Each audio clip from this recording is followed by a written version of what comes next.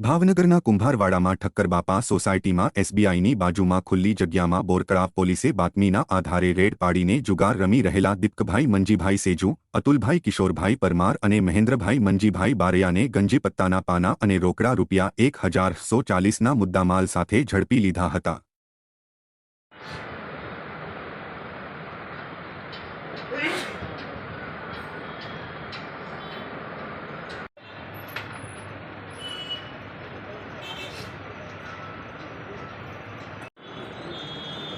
તપાસ કરતા